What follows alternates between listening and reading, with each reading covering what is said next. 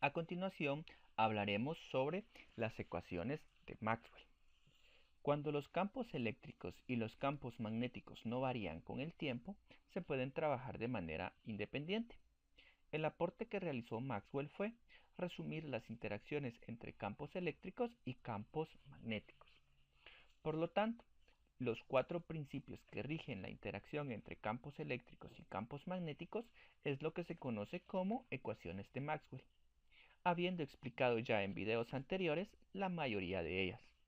La primera es la ley de Gauss, la cual establece que la integral de campo eléctrico a través de una superficie cerrada no es más que la carga encerrada dividido la permisividad del medio. Luego se encuentra la ley de Gauss, pero para el magnetismo, la cual establece que la integral de campo magnético a través de una superficie cerrada es igual a 0, la cual indica que no existen monopolos magnéticos en la naturaleza. Por esta razón es igual a 0. Luego se definió la ley de Ampère. Sin embargo, la ley de Ampère, como quedó establecida, está incompleta. Veamos por qué.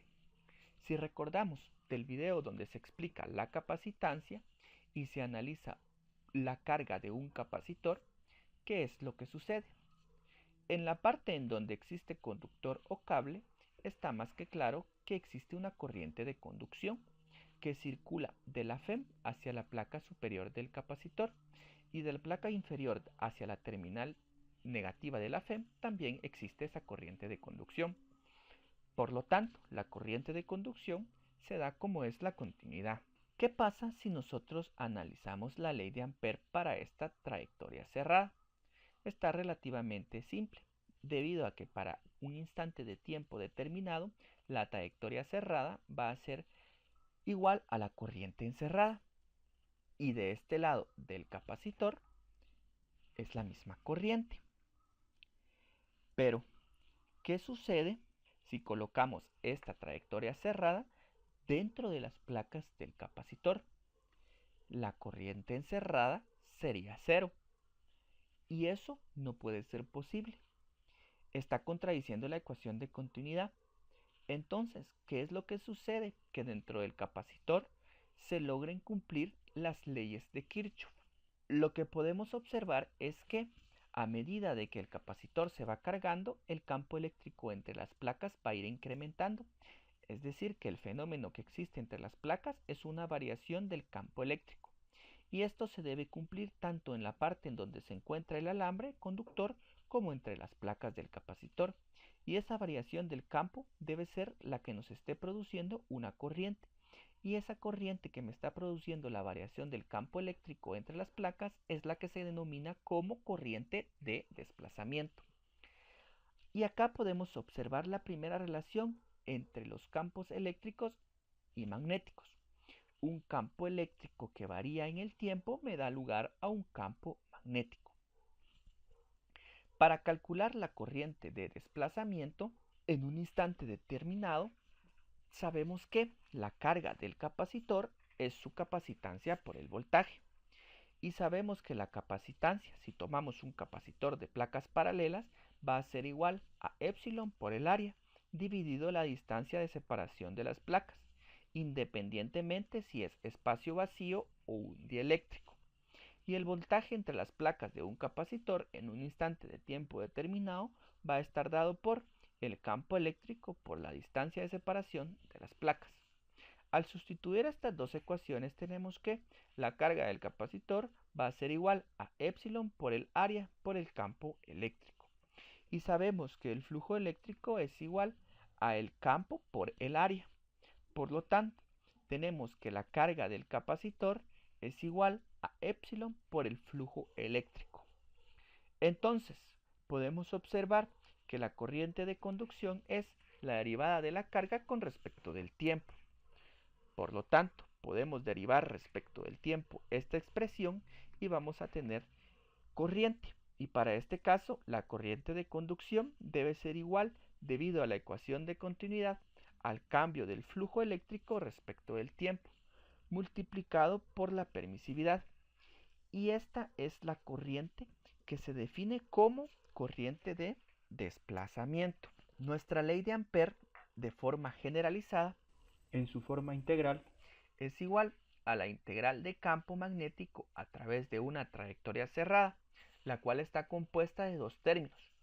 Uno corresponde a la corriente de conducción y el otro a la corriente de desplazamiento, la cual nos muestra que un campo eléctrico que varía en el tiempo produce un campo magnético.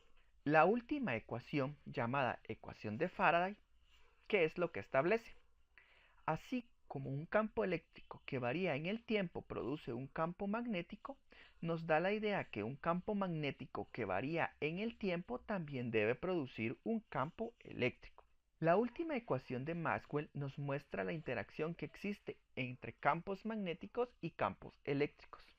Faraday descubrió experimentalmente que cuando tenía una espira cerrada y hacía pasar a través de la espira un imán y hacía que este imán entrara y saliera en la espira, sin la espira estar energizada existía una corriente eléctrica en la espira. Y esta corriente eléctrica debía estar producida por una FEM. Pero, ¿qué producía la FEM? Bueno, la FEM la producía la variación del campo magnético en el interior de la espira. Es decir, que el flujo magnético a través de la espira variase. Y al variar el flujo magnético, entonces se producía una FEM inducida.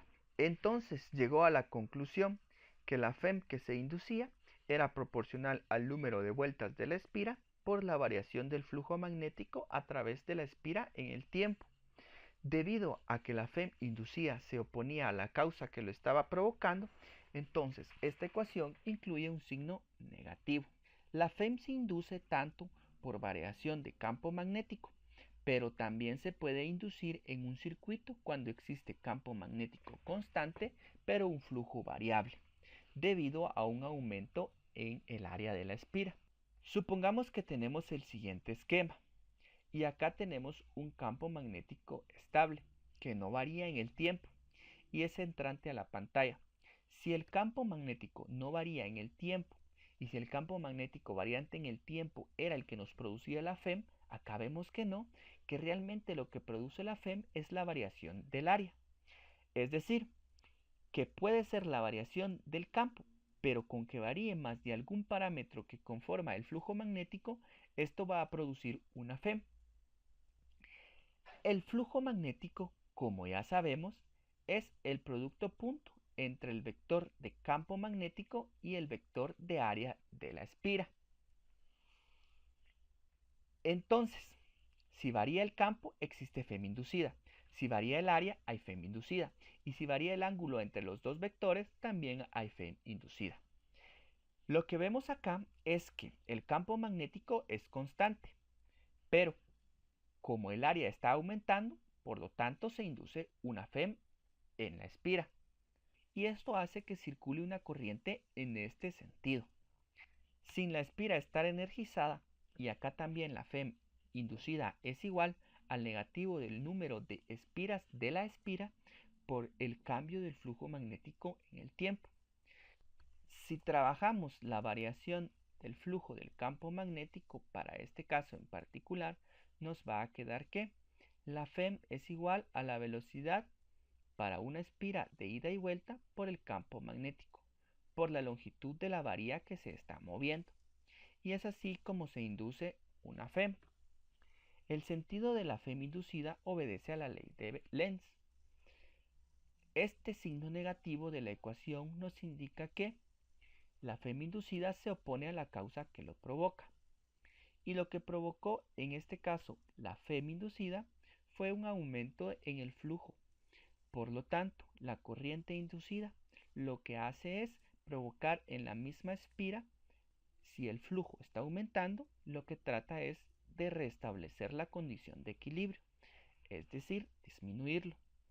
Por eso se crea esta corriente en este sentido, la cual genera vectores de campo magnético salientes de la pantalla. Estos vectores de campo magnético son debidos a esta corriente inducida. Obviamente estos vectores nunca van a lograr contrarrestar el aumento, pero tratan de disminuirlo, debido a que todo en la naturaleza tiende al equilibrio. A esto obedece este signo negativo de la ecuación de Faraday. La otra forma de inducción es una variación en el ángulo entre los vectores de campo magnético y el vector de área de la espira.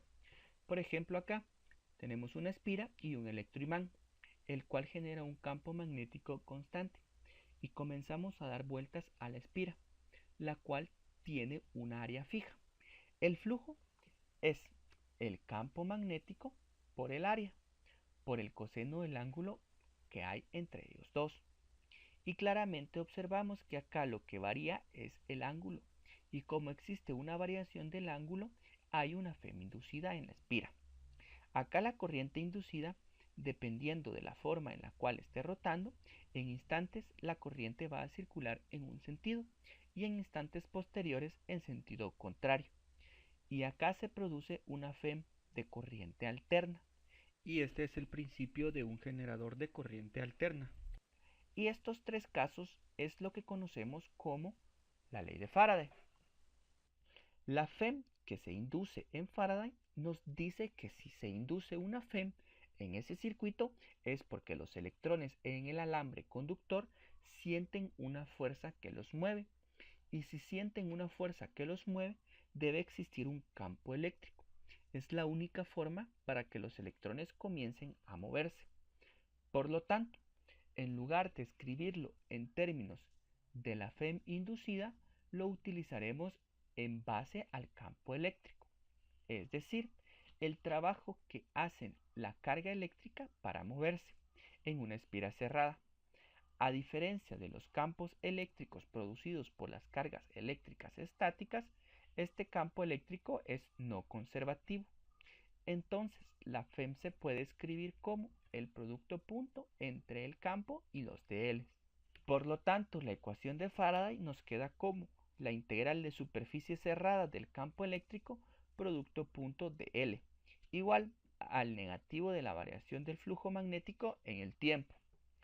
Y estas cuatro son las ecuaciones de Maxwell.